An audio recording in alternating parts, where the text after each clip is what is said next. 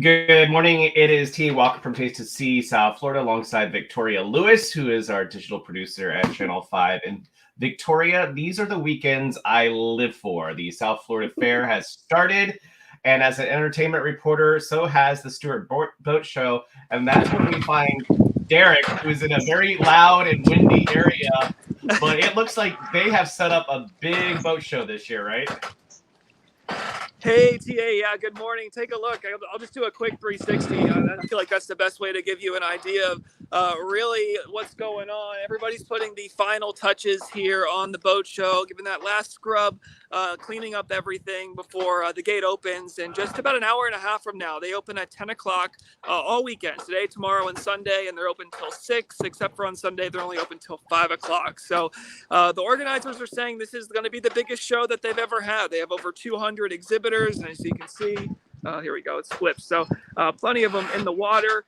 If you go back this way towards the land, there's a ton more boats on trailers set up. And, this is not just boats, right? To call it just a boat show, I feel like is really such a short sell because they have all kinds of stuff for water enthusiasts, whether you're into fishing or jet skis or water skiing. They're even selling clothing and jewelry. And there's really just so much going on. New this year, they have what they call the Pelican Club.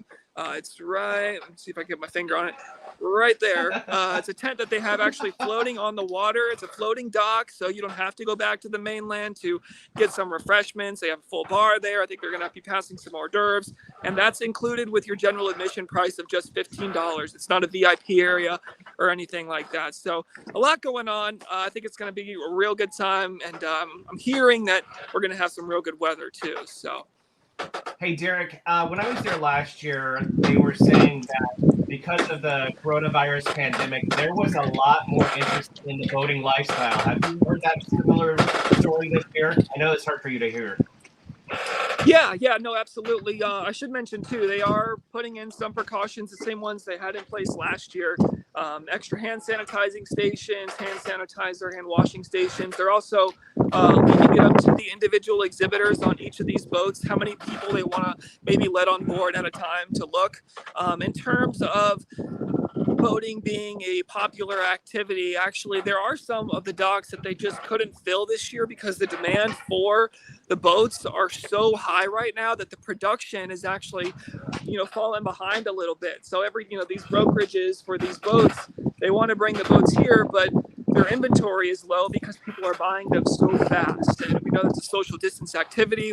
Something that really increased last year, especially over the summer when the Delta variant was really bad, and in 2022 when COVID was still kind of new, right? We saw a lot of people going to the waterways out on the ocean, the sandbars and stuff, where they could kind of just stay to themselves with their immediate family or their immediate friend group and not really have to converse, but still have that opportunity to go out and have some fun and be outdoors and just enjoy the great South Florida lifestyle that we have. Which they can also do at the boat show. Yeah. I'm glad it's you out there on that dock, because if I was trying to talk and show people things and do all the things, I'd fall into the water. So it's still kind of slick because they got all the hoses. They're showering down the boats and everything, so you got to be careful. It's pretty wide though, so plenty of room to space yourselves out and walk around. All right, Derek, thank you so much. Of course. Also big this weekend, Victoria, is obviously the South Florida Fair, and you can actually get in free to the fair if you get there before noon. They are going to do the opening ceremonies, and anybody who's there gets in free. Our very own Jay Cashmere is the MC, along with Virginia from 97.9 WRMF. You might know her from the KVJ show. I spent the entire day yesterday, Victoria, out there, and one of the popular topics each year is what is the newest, latest, greatest food vendor? Okay, what is it? Fried Oreos? You would think so. That was maybe 10 years ago. We progressed on. We progressed on, and this year it's called a macaroni and cheese bowl. Take a look. Unlike any fair food, it kind of is a standalone item. It's not fair food, but it's a good thing because it's different than everybody else's food. Nothing sits out pre-made under warmers or anything. It's literally a scratch kitchen, cooked to order every single meal that we serve to every customer. And she says one of the good things for moms and dads is if you have that finicky kid who just wants plain mac and cheese and that's all they'll eat. Because I know a lot of friends My that kid. have that kid. Is that your That's kid? just kids. That's just kids. They just want what they know. They want Kraft mac and cheese for every meal or chicken nuggets. Okay, well, she says this is for them. Every kid, even the most picky ones, like macaroni and cheese. So if they want it completely plain with just cheese, we can do it. A lot of them like bacon on it, or chicken nuggets is an option we can put in our mac and Yum. cheese. And they do come back. Moms will be like, we looked all over, we found you guys, and they will come back time after time with their kids. And Another big thing is there's a bacon vendor, and all these two dudes do is make food with bacon, and there is a bacon s'more. Check this out. If you like sweet and salty, Okay. best combination ever. The s'mores, because it's a little bit sweeter with the marshmallow fluff, and then we add graham cracker crumbs. So it's delicious. I think I'll stick with the bacon mac and cheese I saw over there. That looked good. But That bacon does s'more look might be a good. little too much for me. Same. I think the same. And it was weird because yesterday there was no food to show or tape or anything like that. And today all the food will be there. But one of the coolest things is when you walk into the South Florida Fair, they have this giant sand sculpture that is robot themed because rockin' robots are the theme of this year's South Florida Fair. And so Like the TV show. that is there, but have you ever been to Magic Kingdom at Walt Disney World? I've literally gone with you. Oh my God. You know how they Little rich. boom. Okay. You know how they projected things onto the castle? Mm-hmm. Look at this. They project things onto the sandcastle and the robots move and do a show, which is really change cool. it. That is so cool. That is very like Disney World, the castle. That looks like the Cheshire Cat, honestly. It really does. Here's one of the creators. It's only a minute 40 show, but it tells a little story. And then because the theme is rock and robots, we have 7 different songs from each decade. So 40s, 50s, 60s, 70s, 80s, 90s, and future. So if you're wondering what we were doing, we're fighting over who's putting up what comments. Well, that's the perfect comment for right now. Let me go. And then it disappeared. And then I realized what must have happened. I'm like, okay, he isn't doing all that. And then same time again. I'm not touching it. It's all you. Comments are all you today. Sounds good. You already do so much work with the banners. I like to help. Yeah, thank you. And I don't know if you saw on America's Got Talent these kind of dancers. Oh, okay. This is a free show that was made up just for the South Florida Fair, and it is neat. I just the programming. That is so cool. Right? And then, of course, the biggest Ferris wheel is back at the South Florida Fair. It's the biggest mobile Ferris wheel in North America. And the pin in the middle weighs 600 tons. And then there is ice skating at the fair. And this is them practicing. And everything is robot themed. And so they'll have robot costumes and aliens and whatnot. And that'll be a free show also included with the mission. All this is included. So plenty of things to do. Cool. At least 3 shows daily. There's so much more stuff than when I was a kid. Like they did not have ice skating or robot battles or anything. They had rides and they had. Yeah, exactly. Going back to the electric light show, here's the producer of that show. Unveiled here at the South Florida Fair. It's a high technology show, so it includes interactive lasers. It includes the photon crew, which is dancing with light suits and creating an interplay with light and darkness. We have holograms. We have serial artists. We have performers that come from Cirque du Soleil. We have performers that are, like I said, are international. So it packs a power punch of excitement. He said a lot of those performers were on America's Got Talent, so that's why it might be familiar to some of us. Oh, right. Some of us that watch the station, right? So I think I remember you saying something about like the prices for children changed earlier this week. Yes, let's get to that. That's such a smart idea. So if your kids are 10 and younger, they are now free. It used to be 5 and younger.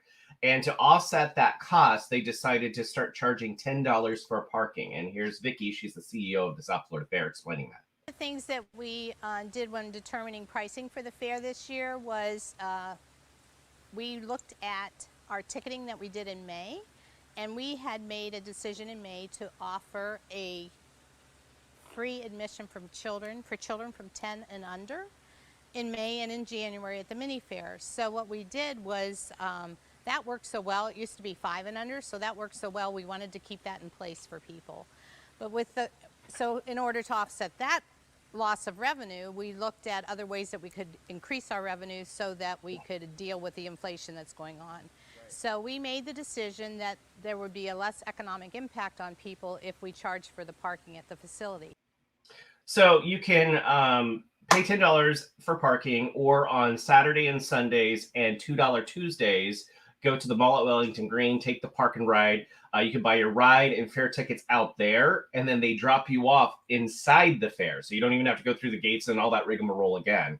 And it's escorted by PBSO. So it's a pretty sophisticated system that they worked out to sort of like reduce the lines. They say parking is an issue out at the fairgrounds, and they're trying to get people to carpool, encourage people to get, park elsewhere. So, and there is a a Palm Tran bus route that drops off there as well.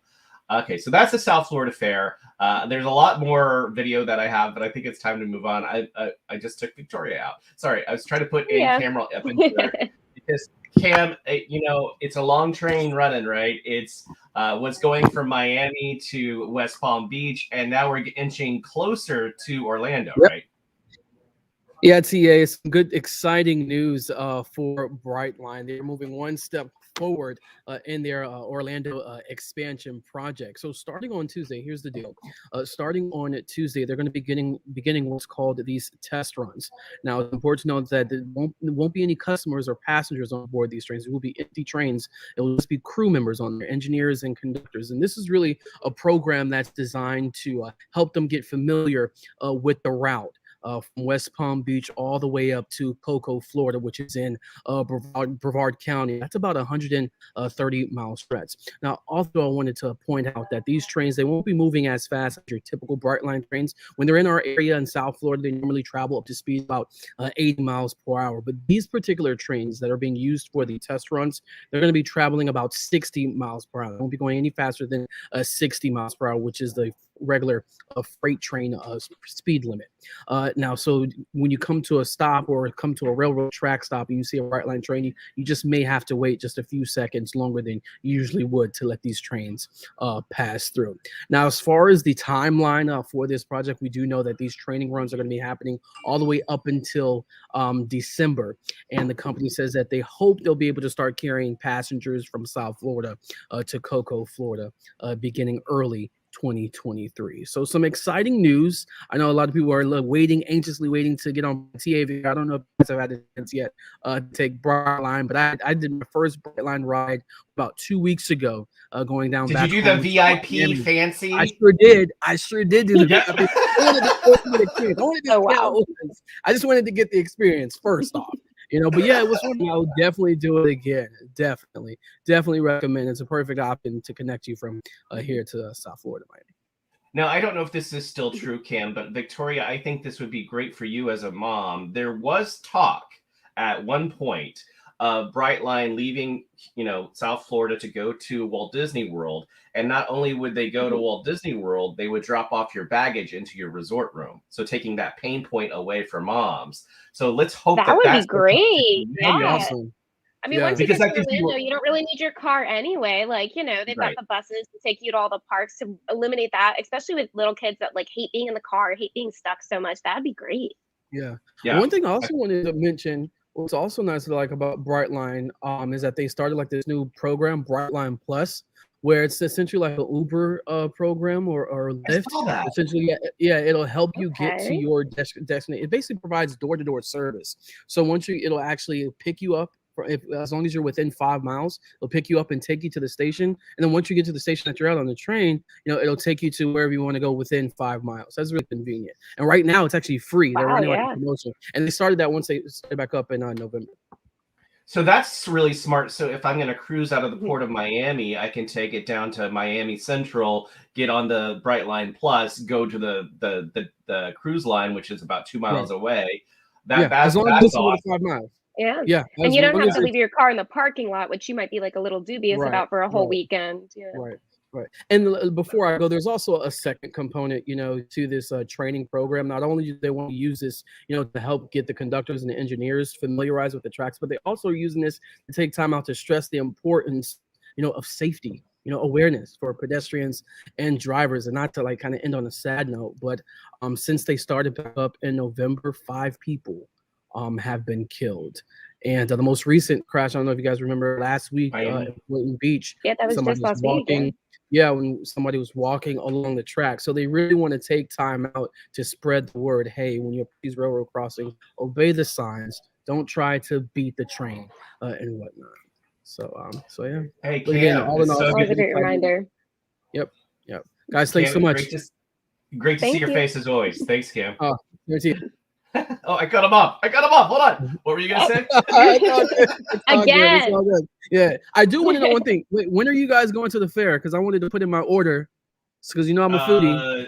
As soon as we Probably sign off Saturday. here, I will be living Can you, there. can, you, can, you, can you bring me back a turkey leg and a cinnamon roll? And I hear they got some lobster mac. They do. They have some lobster mac. Okay, Yep, so I at the heard Mac bacon and Roll mac and place. cheese. I didn't hear Yeah. lobster. That sounds Yes. amazing. They have Yes. lobster. Yeah. Yes. All right. Yes. Yeah. All right, I'll take care. Cutting you off now. 3, All right, 2, take care. 1. Bye. You just miss when this show is just you. Is that what it is? You're just setting the rest of us off. No, I don't mean to do it. So explain this story to me. Pot and COVID. Pot could help you not get COVID. Okay, so that's a bit strong way of putting it. I did have some B-roll, but now I can't find it. But hold on, I'm going to upload it because I worked hard on it. Yeah, so I think this is researchers. it, right? Oh, yep, there you go. So researchers were looking into basically a cannabis compound, two compounds in cannabis, and how it affects COVID. It has not been tested in humans yet, but what they've been seeing in chemical testing, that it seems to be. Am I frozen? No, you're good. We can hear you. I think the B-roll is just not working. Oh, we lost her. So let's go on to what's going on this weekend. There's plenty of comedy that is going on. We have Gary Valentine. You might remember him from the King of Queens. He's going to be playing at the Palm Beach Kennel Club tonight. Really, I touch on it just because it's the elephant in the room, but I have like 1 or 2 jokes about it. We move on, and it's the same old. I want to bring happiness and light to the situation. I don't want to bring anybody down by talking about what we went through for the last 2 or 3 years. He was talking about the pandemic. Tickets start about $20. You can find them by going to our website, WPTV.com, and clicking on the Taste and See article. Let's get back to Victoria and what you were talking about. Go ahead. Yeah, sorry about that. I tried to upload a video and then my whole computer just said no to everything. So basically what happened is researchers looked into 2 compounds in cannabis and how it reacts to COVID. They didn't test this in humans. This is still very much chemical testing, but it seemed to have a good result for the cells. It didn't inhibit cells with those 2 compounds. So basically, it's very similar to kind of what they're studying in cancer and cannabis as well. So it's not like a proven treatment or anything, still very early, but it's kind of a fun concept. So what people just heard is pot prevents COVID. So that's not what you're saying. No, don't think that you are just gonna have a joint and therefore you don't need to mask or need a vaccine. That is not the levels of protection this is offering for you. It's still very early. Although I did have a friend that was like, wow, what if this is what leads to like the federal legalization of marijuana, is that it's finally that it's the cure for COVID. We're not there yet. We're not there. All right, fair enough. Your mom says hi. Oh, hi, Mom. Good to see you. The Supreme Court is blocking the COVID mandates, right, that the president set up? Mm-hmm. One of them. So basically what's happening with that is that the mandate that was for employers with more than 100 employees, if they had to either have the vaccine or they had to be tested weekly. So now that has been eliminated, but it holds true still for healthcare workers that are federally funded, which is basically most healthcare workers. At this point, basically, employees can choose to have those restrictions, but it can't be mandated through OSHA. I feel like it's one way one week and one way the next week, and we'll eventually get there someday. That is the U.S. court system, or the Right. U.S. system for just about anything. Yeah, it's increments, a little bit. We'll get there. All right, let's continue with your weekend fun. Rob Schneider, he's an SNL alum. He is going to be playing 4 shows at the Palm Beach Improv. And tonight, Screen on the Green, a free show at the end of Clematis Street on the Great Lawn. Cruella, rated PG-13.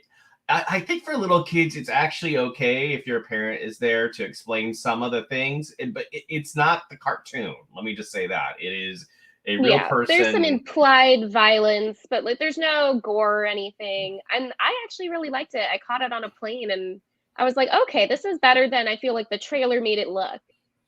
Same. I was stuck on a plane, right? And that was the movie that was playing. And I was like, this is actually I like Emily. Is it Blunt? Emily Blunt? You mean Emma Stone? Emma Stone. I like both of them. Love her too.